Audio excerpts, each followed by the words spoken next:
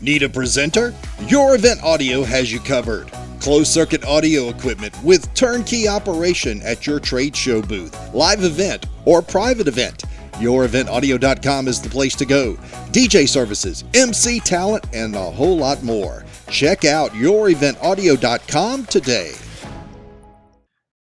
How's everybody doing today? Hope you're doing well. It's the end of another week. I am on the road, as you can tell, here in Cincinnati, Ohio. We'll talk about in a second, but this is Exhibitor Now for, once again, April the 12th, 2024. I'm Mike Morrison, National Sales Director for WS Display. As you see there on your screen, Kim Gischler, the Strategic Content Manager, Advisor.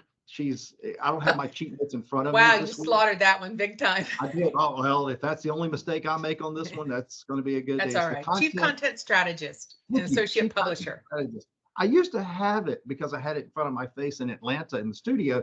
Of course, as you see, I'm on the road this week, and I don't have the cheat notes, and I don't have my assistants who are around me to tell me, hey, Mike, this is what you need to say. She's also the associate publisher of Exhibitor Magazine, but she's such a great person and very patient with the other co-host being me.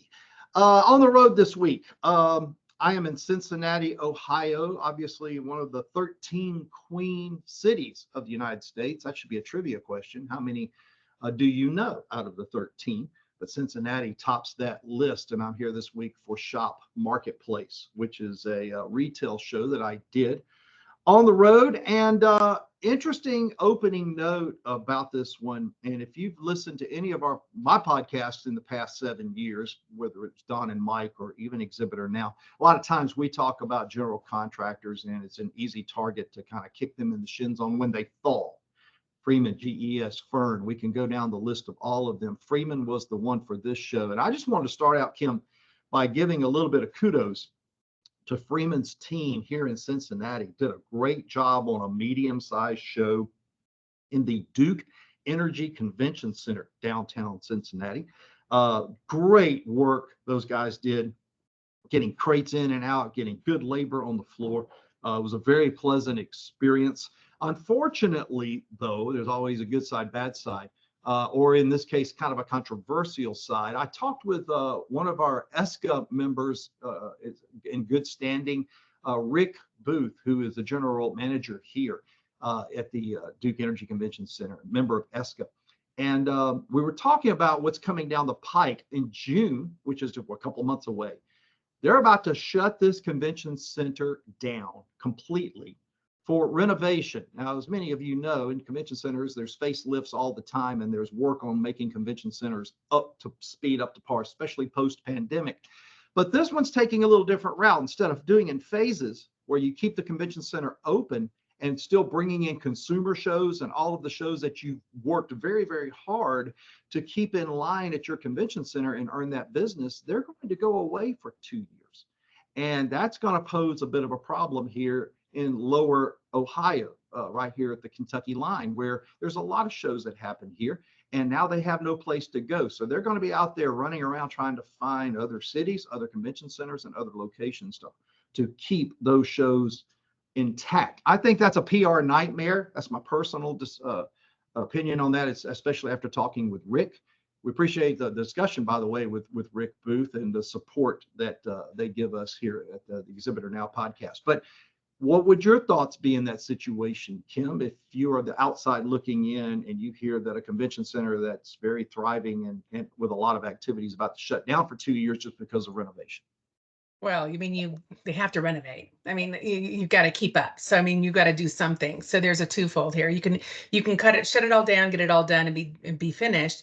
You know, it's a damned if you do, damned if you don't kind of scenario, because if you keep it in there and people are doing a show and there's another part of it, they're, dust or whatever coming through, and they do a good job of keeping it pretty separate. You're always going to have people be upset because they want lower rates because there's construction going on. They want to have more free things because there's construction going on. Yes, labor's there, but maybe labor will go up higher because construction's going on, because you're having to oversee everything. There's pros and cons to everything. I worry about the hardship it's going to be putting on their surrounding hotels. It can be a pro and con for them because they can get more business and they can start reevaluating things around that area. But It's a hard decision, and it's never easy. Been through it a lot. But if your demographic is in that city and you want to go there, you'll find, that's where you go to CBB. That's where you pull in the city and say, this is what I want to do. How do I make it work? What are your ideas? And put it on them and have them as a partner. And that's where then you're saving both things. You're saving the show and you're saving going there. And it's more of a the negative to a positive, and trying to figure out a solution, a collective solution with everyone, not just saying I'm going to pull out just because you're doing something different, because you want to have that demographic there. So I think you just have to work with the city. You have to work with the Visitors Bureau and to figure out a great solution, because they're willing to help you out no matter what. Good points. And that's what they're there for, is Mhm. to team up, to collaborate. And people don't use them enough, and they should. And that's, if you want to get a really good look on how to expand and what you're going to do, they're there to support you and help you to figure that out, and help bring those dollars down or figure out a solution. So, but people don't use them enough. Good point about the trickle down effect with the hotels and the surrounding restaurants and everybody else, because it does trickle downhill and it impacts a lot of people and their ecosystems for events. Because in a town this size, yeah, they've got a National Football League team. They have a Major League Baseball team. They've got a lot of things going on here besides Skyline Chili in Cincinnati, but it does affect the whole ecosystem and the economy and livelihoods of people here. So I hope they work it out. And that's why I said the CVB is wonderful, because I mean, San Diego, I will give a shout out to them. They do a great job of doing the stadium, the baseball stadium there, and doing extracurricular things there, and finding out new places to do things. San Diego's done it a million times. They've revamped their convention center. They all do it. It's just, you have to rely on people to be innovative at how they use those different spaces and think out of the box. Thinking outside the box, couldn't have put a better segue on the table for our second point. So I'm doing an exhibit here. It's Shop Marketplace. It's a retail mecca type of show where people come in and look at your displays for their retail outlets and stuff. So we come in, we set up our booth, 10 by 20. It's a nice looking booth, get a lot of compliments. Day one, we hit a lot of records that we wanted to get for scans and discussions.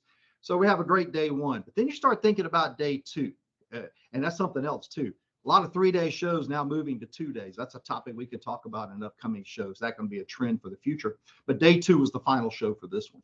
And we're sitting here talking, and my colleague and I'm like, we really probably should do something for a traffic booth builder or / experiential marketing aspect to our booth, to have an experience for the attendee. So we put our thinking caps on, and what can we do on a shoestring budget and less time? So it's pouring down rain here. My guy goes over to the FedEx, makes long story short, to the FedEx building and gets a couple of pedestal signs made that he designed, because we're going to give away a double-sided light box. It's a very nice piece that a lot of the attendees would be certainly interested in winning and getting for free. But how can they do that? We don't want to do just a drawing. So I go to Target and I go buy, as plug there for Target, a basketball backboard that fits perfectly on one of our light boxes.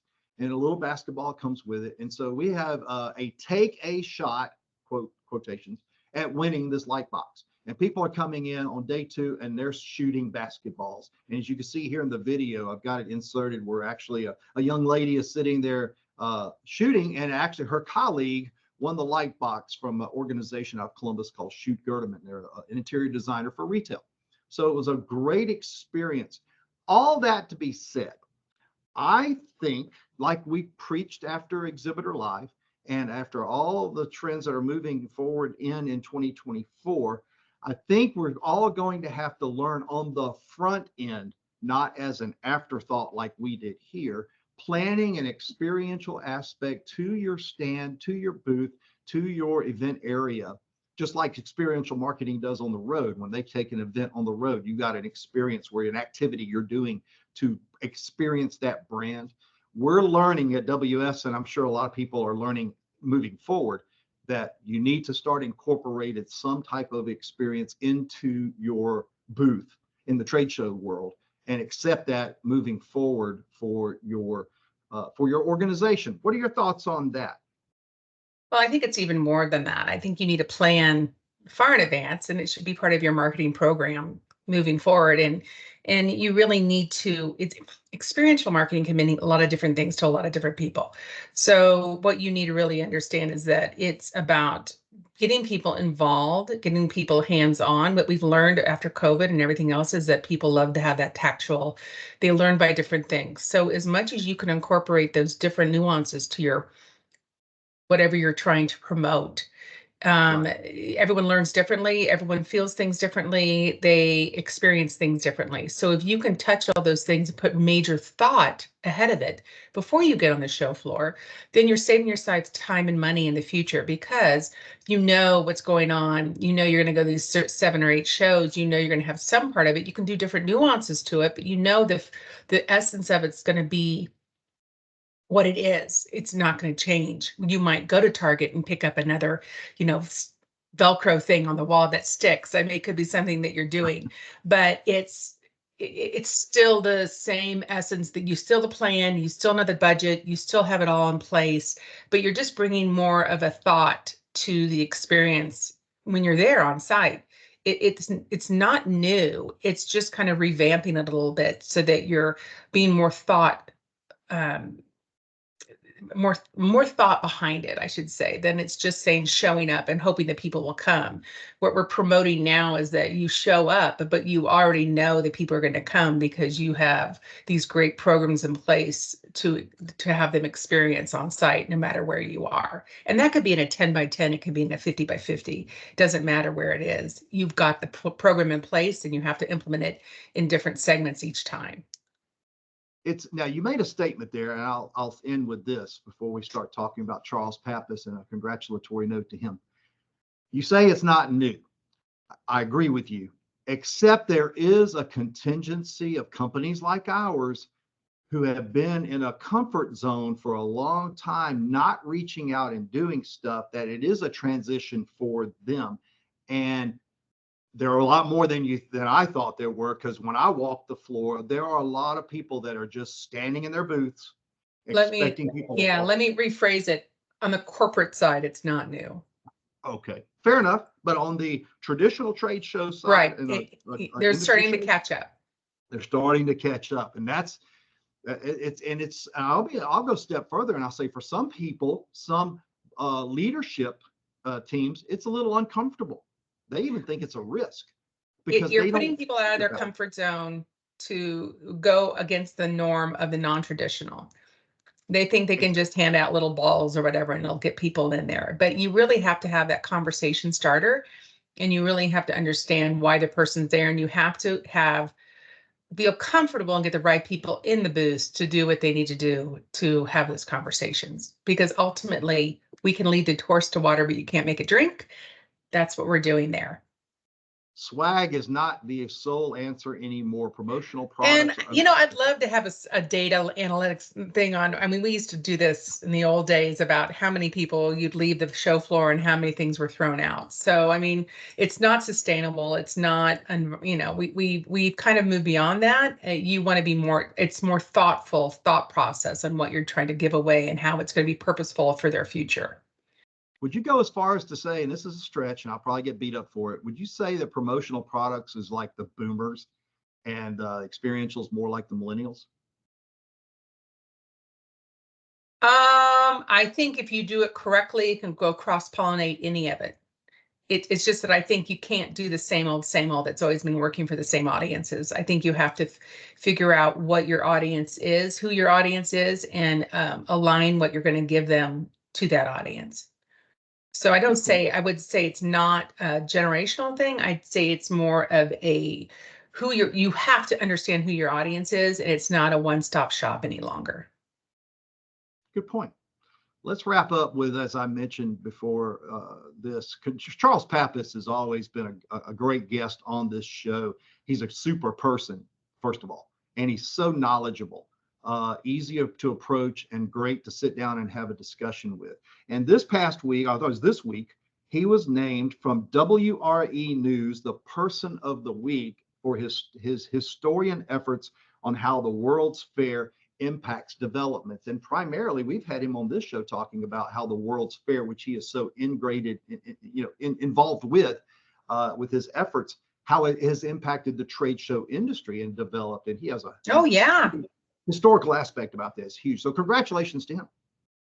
No, Charles is amazing. We're very blessed to have him on our staff. And I always say that he always challenges me in meetings. I try to bring up a new superior words that try to get him to make me feel like I'm important or something. But no, he is a wealth of knowledge, and I love his historical aspect on the whole thing. And World's Fair is, interesting history there. I could talk to him about it forever, but we're very proud of him, and he's just a gem, and I can't say enough of wonderful things about him. But we're going to get him on the show here in the near future because we need to get a little Charles love there for everyone. So so stay tuned for that. I've always said he should have a segment in every show personally. I think he could have a 1 to 2 minute little presentation about facts of the World's Fair and how it impacts. And I think our audience would love to have that. But maybe we'll discuss that down the line. But you're right. We love to have him on. And once again, congratulations to Charles Pappas for winning the Person of the Week with that organization. Personal well-being. Yes. This is one of those. This was a tough interview. First of all, let me go out very quickly and say that from a standpoint of my own personal well-being and past and experiences, listening to Erica Brunke come on to our show here and talk about an organization that she heads up, I Am Remarkable. That's a statement I think everybody in society needs to hear in this day and time, but especially at the corporate and business level. So she's running that organization. It's a good friend of Kim's, and hopefully one of mine now, after spending a little bit of time with her.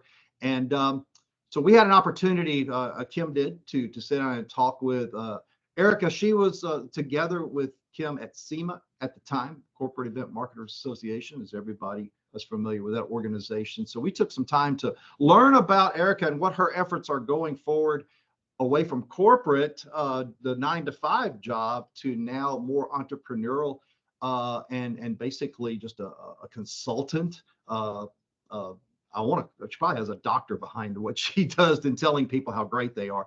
That might be a stretch, but well, it was more about she learned this. Google's been a very big supporter of this I Am Remarkable program. So when she was there, she got trained in it, and she's really been found that it's in this event industry. It's been amazing to have those discussions with a lot of people and what it's opened up with them. Also, she's a freelancer, so she's been telling people, the nuances of it. How do you navigate through it? How do you go from being the corporate person to now you're the main person that's doing everything? So it was a really great interview, and it was enlightening, and it really makes you have step back and have a little bit of a pause on where you are and how much you really do contribute that you don't really think about.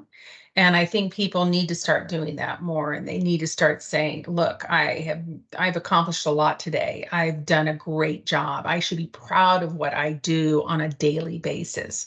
And I don't think we do that enough. And so that was a really great discussion with her to kind of say, this is what you should do. Maybe you should think of it this way. And, everyone can do that in their daily life. It's just that she has a place where you can do it. So we have had to contact her in the segment, but she was remarkable. That's how I could say it for that. Quick time out. We'll talk with Erica here on the Exhibitor Now podcast. We'll do that right after this. Attention, trade show and event marketing professionals. Are you ready to take your face-to-face marketing expertise to the next level? Join more than 3,000 candidates currently enrolled in Exhibitor Group's Certified Trade Show Marketer Program. CTSM is corporate America's top source of the industry's best trade show and corporate event training. CTSM certified trade show marketers enjoy expanded career opportunities, greater respect and authority in their organizations, and earn higher salaries than their acronym-free peers. Learn more, earn more. Visit ctsm.com today. Welcome back to the Exhibitor Now podcast. You know, as Kim has come on to be the co-host with me on the show now, we brought a lot of people on from her past with SEMA specifically. Everybody knows SEMA is the Corporate Event Marketing Association and is a big player in the event world. And there's a lot of almost family relations that seemingly are happening between individuals, colleagues who have worked in previous organizations. So I'm going to step aside and I'm going to let Kim introduce our guest at this time and have a very enlightening conversation with Kim, and look forward to hearing how this goes. Well, thank you, Mike. And I'm very excited today because as you said, I pull a lot of people in from my past, and this lovely lady that I have on today has, I think, gosh, Erica, we might be 20 plus years knowing each other. And you, we're talking about SEMA. I remember meeting you at my first SEMA or my second SEMA, I think, at the Phoenician, if I remember correctly, or maybe La Costa. Can't remember which one. But anyway, talking about those friendships that handle year over year. And Erica is creating impactful VIP and executive events and experience for several clients. And she is also workshop facilitator for I Am Remarkable, which is really the heart song of what I wanted to talk to you about today, even though I know you're an amazing and everything else you do. But I kind of wanted to touch on this a little bit. I took this with you when about 2 years ago, I think 3 years ago, we did this, went through this exercise. I felt it was incredibly impactful. I've always said this from day one that I don't think in this industry, the event marketer side or experiential side or women in general know how amazing they are in what they do. Not only women, but men too. So I just welcome. If you can just say a few notes about, introduce yourself, kind of where you started this journey with I Am Remarkable. Thank you both. Thanks for having me on the podcast. This is fun. How can it be that long, Kim, that we've been friends that long? I don't know, but that. We look only like maybe 10. It should only be like 10 years. I know, right? As long as we keep the filters up. For sure. We're good. So I share a home about an hour north of Austin with my amazing husband, Jim. I have a sweet dog named Gibson and a herd of friendly deer on 5 acres, and it is blissful. Oh. I'm a proud mom of 2 boys, Duke and Brooks, who are both in the events industry. What have we done? One with Freeman and one with Encore, and they are loving being in this industry. Yes. Oh my goodness. Okay. Family business. Yep. After 30 years on the corporate event side, most of it with Apple and Google. I was also at Microsoft, Dell, SEMA as executive director, and a couple of startups in November of 22. Yeah, it must have been 22. I chose freelance as a career intentionally on my own terms, and I have not looked back since. Today, I work with, as you said, I work on executive and VIP events with clients, both within a larger program or individual standalone programs. And I love giving back as a facilitator from I Am Remarkable. I remember and I'm going to have you explain a little bit about this as we start, but I just remember looking around and we were reading through kind of all the things that, first of all, you go through this whole journey of all the people that you would call or whomever, you write those down and you realize, wow, I know a lot of people, but then how many of them would really be there for you? And I think this is really an amazing thought process as everyone's evolving in their jobs and they're moving in different places. And we remember what was so relevant about you doing this is that you have to take pause, is that when you leave this company that you've attached your life to, or your 10 years or 2 years to, it doesn't matter what it is, your identity to, and you leave it and you feel like part of that identity is gone. And a lot of the people you've left or they've left you. So what you're instilling in them, if you could just talk a brief moment about kind of what this program is and how it evolves, I think it's just so therapeutic, and it gives you a major purpose in your life and in your job and everything. Yeah, I'd love to share more about it. So this was during shutdown, so we all had a lot of extra time on our hands. And my team at Google, I was in one role for the first 4 years at Google running the Grove, the Customer Experience Center, and the last year at Google's was with Google Cloud. So during those times during shutdown, the team did a session on I Am Remarkable that I attended. And you ask yourself, who doesn't need to improve on sharing their achievements, challenging imposter syndrome, stereotypes, culture? So I'm Remarkable is a program, a global movement really, that empowers everyone to celebrate their achievements inside and outside the workplace. It's really powerful. I learn more from those in my workshop as I hope that they're learning from me. Every single time I walk away with something new. It's, in the online format, which I've done for most of it, it's 20 people. It's very confidential. We kept little cohorts for people to keep in touch.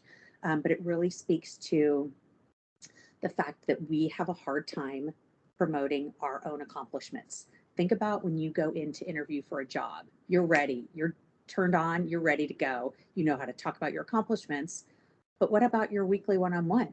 How do you prepare for that? How do you have the confidence to go into your one-on-one and act like you're interviewing for your job again? Because I think all of us are great leaders. We talk about our teams, no problem. I can talk about the accomplishments of my team all the time. Yeah. How do you talk about accomplishments of your own? So one of the slides that is in the program says it's not bragging if it's based on facts. Yeah. And when I saw that slide, I thought I need to become a facilitator, and was able to become a facilitator and do many sessions, some to the SEMA community, some to other groups. It really just kind of grew from there, and doing these 90-minute online workshops to help people really recognize and understand us. And I think, part of it was we were in COVID. Part of it was a lot of people not knowing where their job was going to be. So that first sort of 6 to 12 months I was doing it was just profound. Now I'm doing a mix of in-person and online, and I really enjoyed it. It's very fulfilling. I sort of focus my audiences on those in our industry because I feel like I just have much more relatable touch point of what they go through. So yeah, it's really, really incredible. I don't know if if you do chat in the podcast, I have a link to share. Yeah, we'll share it. Program. Great. Awesome. Thank you. So you have the I Am Remarkable, but then I would love to know how, you worked at Apple, you worked at all the corporations for so long. So now you're at I Am Remarkable, you're doing all this, and now you're doing freelance. So what in your brain decided that, hey, I want to just do this and go out on my own and just, which I see the pros. I don't know if I could do it, to be honest with you. It's not for everyone, but this audience is in their career path.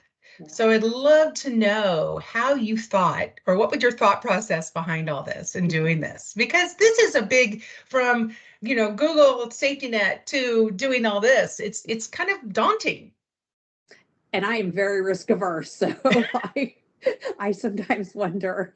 But so I guess I always knew I wanted to do freelance after corporate. I didn't know when that was, what that timeline was, or what it would even look like. And it's scary. I mean, as you said, to step away from, especially Google paycheck, benefits, and stock.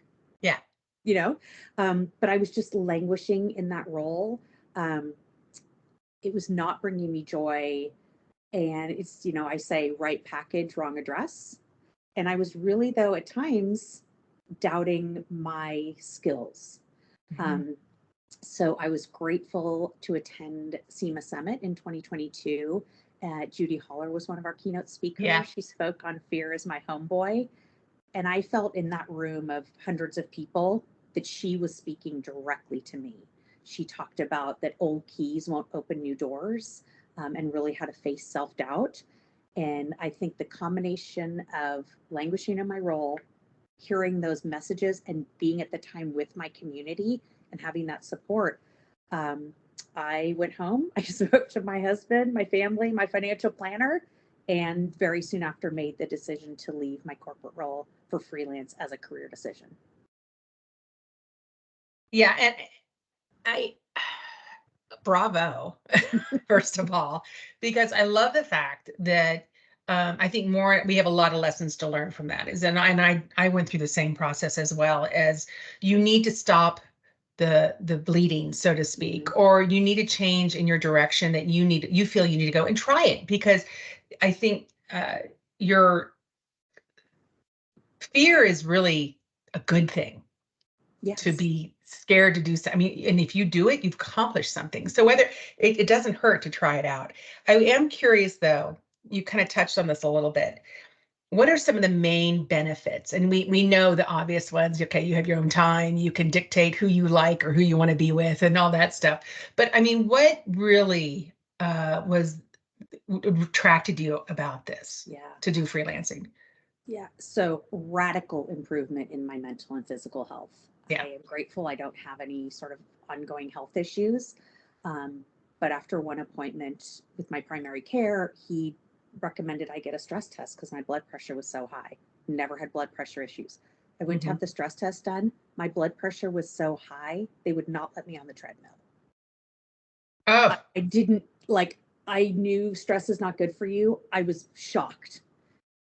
So, here, even 6 months later, went to do the test, completely normal blood pressure, marked difference. So radical improvement in physical health and mental health. The capacity to show up for my family and friends. I sort of left in October. Between that October and December, 3 pretty significant moments with family and friends that I just wouldn't have had the time or mind share to be able to show up for them. It has also given me a love of events again. I was not having hands-on as much as I wanted to. I was doing a lot of people managing, and I love to mentor, but spending all my time in one-on-ones and reviews just did not bring me joy. And then, as you said, flexibility. I get to decide what I work on, who I work with, when I work, where I work. And that's an incredible experience. And then time to give back, more time for I Am Remarkable and mentoring. I still have sort of these informal one-on-ones with people that I worked with previously at Google, and just to help them grow their careers. They're new in the industry, 5 to 6 years, and we have these one-on-ones just to continue that relationship and continue building. You mentioned something that the merry-go-round we all got on. You don't know, and you start thinking that work is everything, and you don't really step back and take a pause. I think what's really important is that now, at least for me, and I think I took a year off, and you took, I don't know if you even took anything off. You just decided you're going to do it. But what I loved about it strengthens your clarity. It you can step back and kind of see a different picture, and not react as what you used to do when you were in that environment, right? Which is amazing. Sometimes you're just in survival mode. How can you function? Well, yes, I was trying to be nice, but yes, you're survival mode. And the health thing I totally get, because I went through the same thing. And you just have to stop, and you have to put you first, which I think in this field is tough because you have everyone else ahead of you. Yeah. We're on the freelance journey, and I'll get back to I Am Remarkable in a second, but I would like to have 2 more questions on this. What advice would you give any of those out there in this lovely land of ours? Because more and more are doing it, because jobs are shifting. We have a lot of our peers that are in this industry that are doing this. What advice would you give them? And do you have? Well, okay. We can do part 2, Erica, so it's all good. I will try to narrow this down. I think one of the things is, since I always knew this is where I wanted to end up, I have for the past 10 or so years been working with my financial planner on what would that look like. So if it's something you think you may do, starting to put some of those foundations in place. Again, I was very fortunate with Google and Apple, but I need it to last me forever. So what does that look like? But I would say start by really casting a wide net within your community. And for me, like the best advice I can give is my high recommendation is you are cultivating your network 365 days a year and in a really authentic way. Mark 15 minutes on your calendar every weekday to reach out to someone you know. Did you notice they had a birthday? Did they post something on LinkedIn that was interesting? If your friend's on Facebook and they're having a personal memory, reach out to them. Happy birthday, or a hey, I saw that happened. How are you doing? Is really, really important. And also, open yourself up the risk of commenting on someone or sending someone a message where you read an article and you really, really enjoyed it, and they're in the industry and you feel like you have, like a good way. It doesn't come off like a cold call. That's why I met Julius from a Bold Push. Yeah. Loved what he was writing, saw he was going to speak at SEMA Summit, sent him a message on LinkedIn, and we met in person at SEMA Summit. So it's, in an authentic way, people love to make those connections. Also find and kind of focus on your specialization. So for me, it's executives. There's a lot of generalists. I think in freelance, you could have a leg up if you have a specialty that's valuable to the industry, obviously. And then pitch your circle to get feedback on your messaging. So, I was just like, hey, I'm doing freelance and here's my background experience.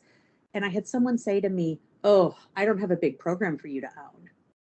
And it really hit me. I'm like, no, I don't want, that's what I walked away from on purpose. I said, I would like to do your executive or VIP or your external speakers within this large conference. They were like, oh, okay, that totally makes sense. That makes it much easier. So you got to test what you're selling with your peers to really get good feedback on that. And really be transparent to those you're talking to. If for some reason you've walked away from your job, you really would like to go back to corporate, this is a bridge for you, be honest with that so that you can take on maybe shorter term projects, or it's fair to the client and it's fair to you, really to kind of set that expectation. Know your worth and do not doubt yourself. Thank you. You are setting compensation. Yes. Was one of the hardest things for me. But I want to ask you about that. What I think, do you feel in your research or in people that you've talked to that it's hard to put a value on you? And do you also think that people assume because of your age that you're more expensive? Right. Or that my companies were in the Bay Area, and so I must be more expensive, even though now I live in Texas. But again, that really should not determine your hourly rate. I think if you have a sliding scale at all, it should be what is more operational type of work versus what is more strategic work. People should be paying much more for strategic work. So yeah, and I think you need to have different levels of what you're asked to do. And I agree with that 120%. Yeah, I just don't think people know the parameters. And again, that could be a whole education on how to become a freelancer that we could figure out. That's your next thing that you have to do. I had a couple more points of advice if you have the moment. Yeah. So also just give yourself grace because it takes longer than you think. I had a little bit of a runway in my role between giving notice and finishing out a program. So I had actually almost like 2 months to be able to talk about it kind of to my close network.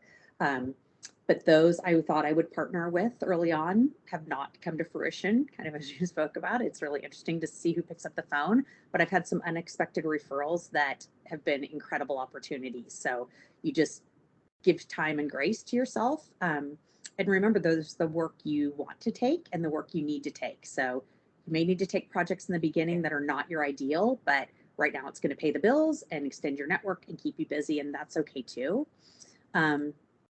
And, as I said, if you can share your plan to freelance while you're still in a full-time role, whatever that looks like to you, your conversion rate might be a little bit faster, but again, time and grace.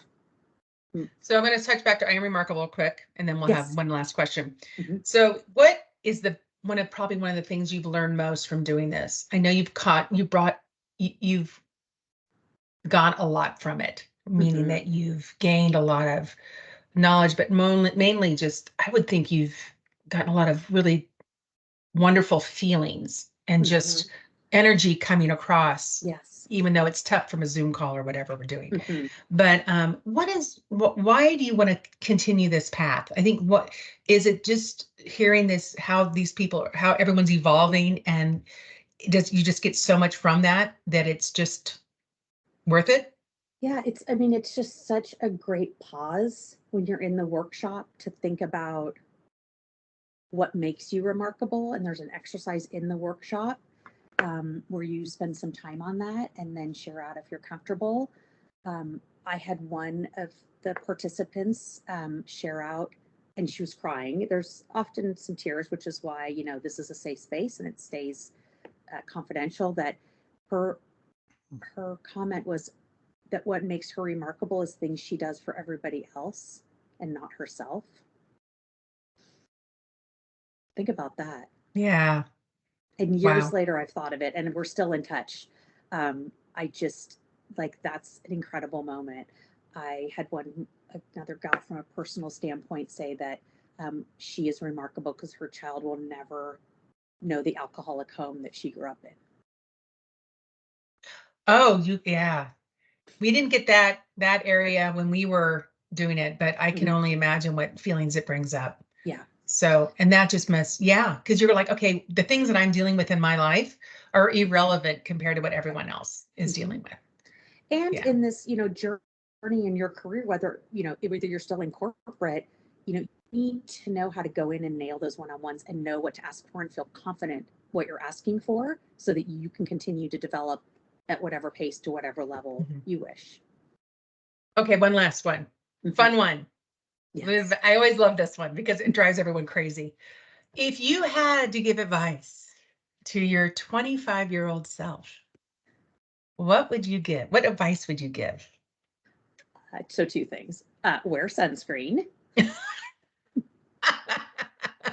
Well, we all wear the baby oil, people, so yes.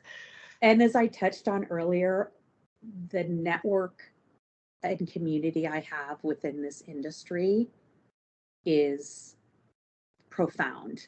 I don't even know how I could go on and on about it, but I just, you know, jobs that I have gotten have been through my network, you know, many of whom I've met through SEMA, but spend time and pay attention to your network and stay involved.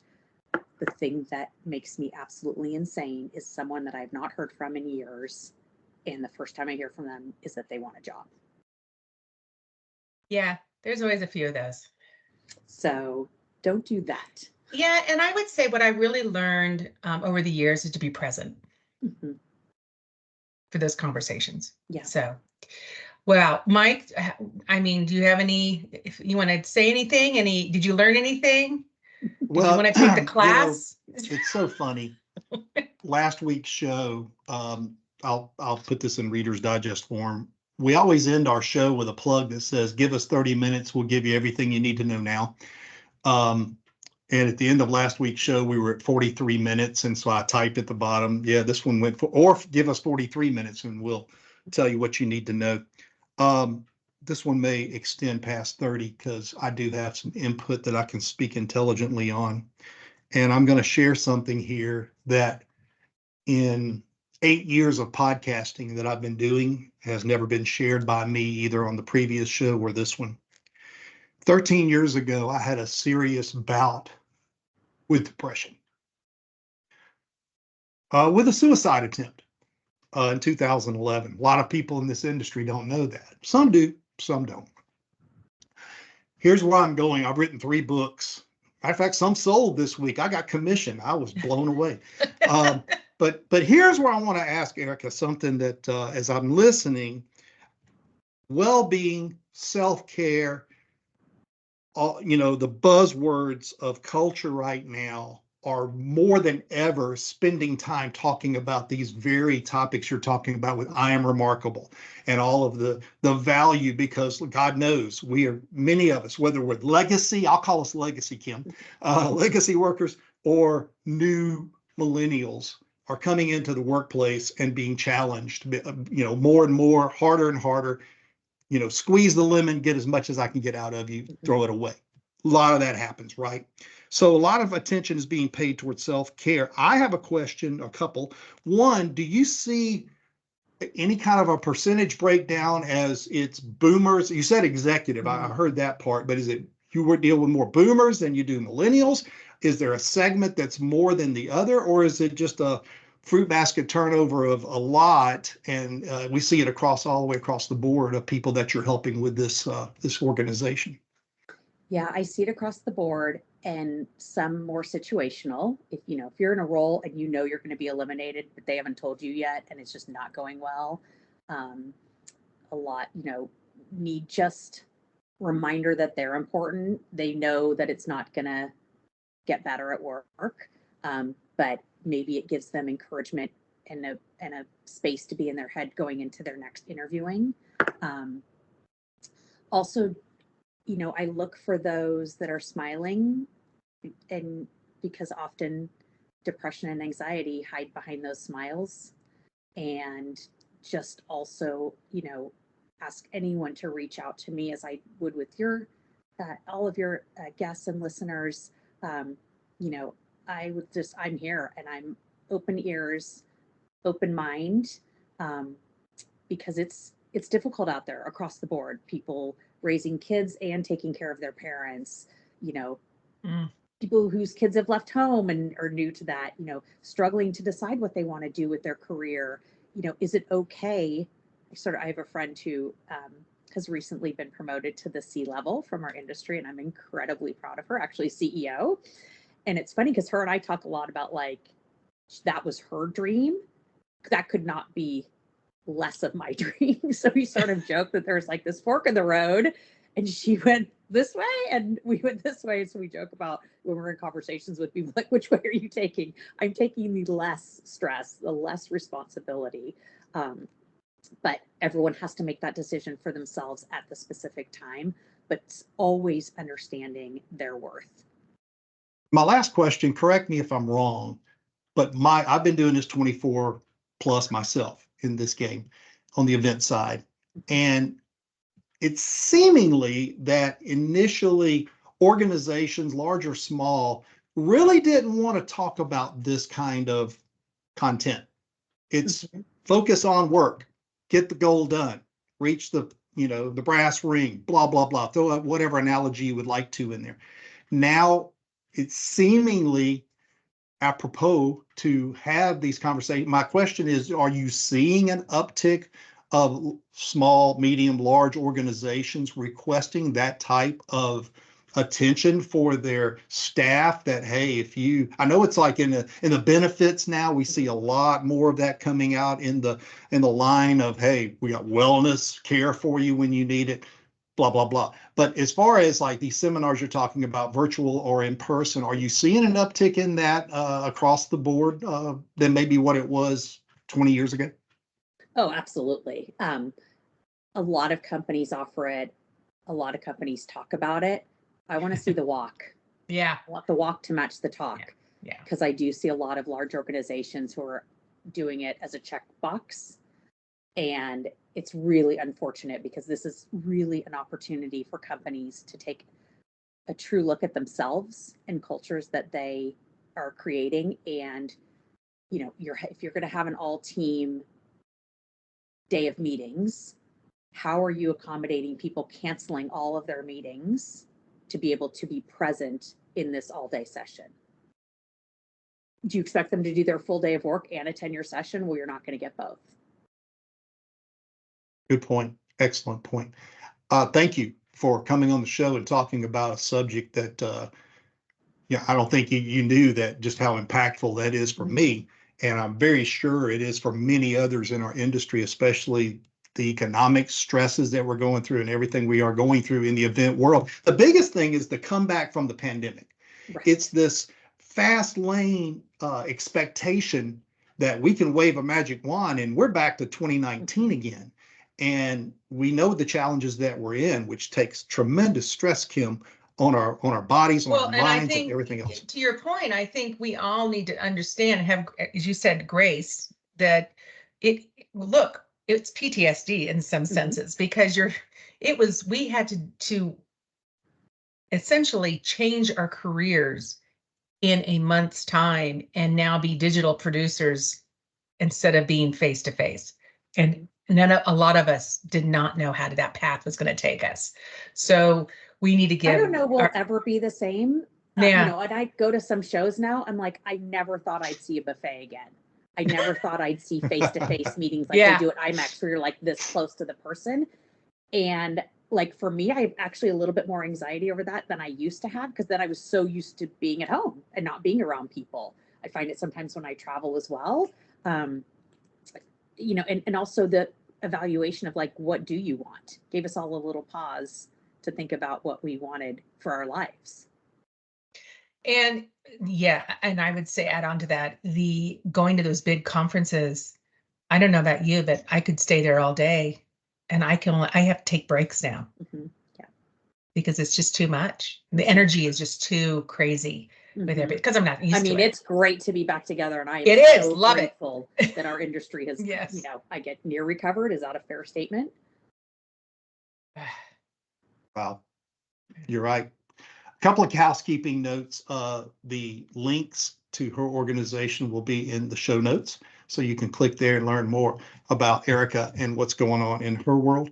It's a great discussion on well-being and what's happening right now. Real talk in our industry. Quick break, come back and wrap things up after this. Are you searching for trade show and event products and services? Find It on Exhibitor Exchange is your complete buyer's guide to trade show exhibiting and events, featuring the trade show industry's top exhibit and display providers. Find It on Exhibitor Exchange is the industry's best shopping and commerce resource for buyers and sellers of exhibit and event products and services. Reaching 20,000 exhibit and event buyers in every print issue of Exhibitor magazine, and 140,000 exhibit and event buyers online each year. Search the listings or list your company today. Learn more at exhibitoronline.com/findit. Well, I think if nothing else, you could feel like you have learned something new today. You've learned maybe how to appreciate yourself a little bit more, and understand that we are all remarkable. And I can't thank Erica enough for joining us today. She is amazing, and we've had a long history together, but it's fun how to see everyone is evolving in our journey throughout this crazy world we all live in. And I know, Mike, you really enjoyed listening to this one. It was very new and for you as well. So we just are very appreciative that she had the time and energy to do this today. Yeah, as you heard, something I have not shared in 7 years of podcasting. A little bit of my story from over 13 years ago.